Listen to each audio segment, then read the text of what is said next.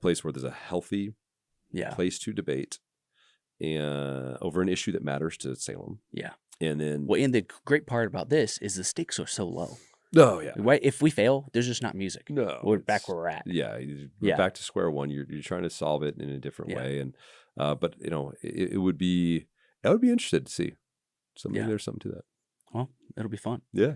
And on that, I wanted to ask you this, and this is something I think we talked about maybe briefly a little while ago, because you've gone through kind of the process of hearing like what the community wants and trying to cater things towards that. And this might be helpful for local business owners. Mm-hmm.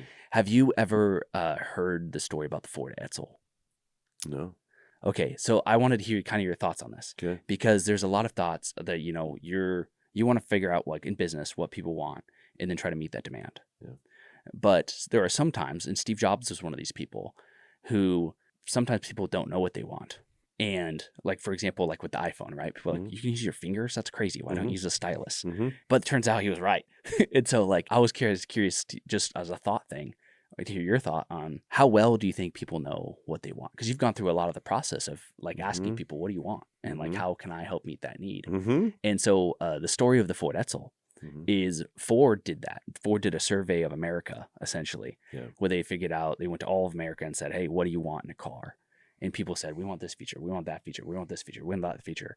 And they put all of these features into one car. And it was going to be the best car ever created in the history of the world because they gave people exactly what they said they wanted.